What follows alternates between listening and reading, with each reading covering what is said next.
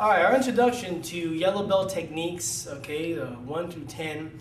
Again, yellow belt is a very base, fundamental rank that we teach, that we actually were teaching at one time to children, and now, of course, adults are adapting. The purpose was at one time, there were only orange belt, okay? Orange belt was the first belt that you actually earned in Kenpo, and then you moved on. The purpose yellow belt was broken down so that Mr. Parker felt that in order for the students not to be overwhelmed by learning so many techniques in the beginning, thought that by breaking down the basics sets through the introductory program, they were able to get a feel of the art and understand it, and then there gain their interest and keep with it, okay? A few things that you'll learn about yellow belt in terms of the first 5 techniques is that you'll always know that the left leg is stepping back first, or the left leg is stepping to the side first. The purpose of that is that to teach you that the beginning of short form 1 is the same sense. We're stepping back with the left.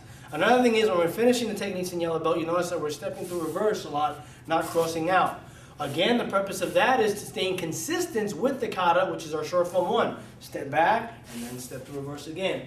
So the whole idea behind your kata in short form 1 is not only to create distance while utilizing defensive blocks and hidden elbows, but also to keep in consistency with the self-defense techniques that you were learning. All right? And it's no big secret, but that's just a good way of teaching so that way students don't confuse themselves while they're going up the rank.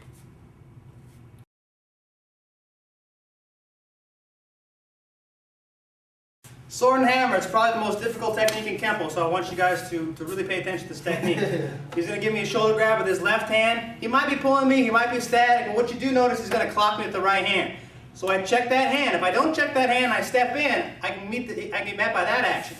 So I pin it to take care of it, wham, chop him in the throat, hammer him in the groin. Keep this check up here, very important. Step through in reverse. One more time. Pin. Outward hand sword to his neck. Downward hammer fist to his groin, and I step back. At speed,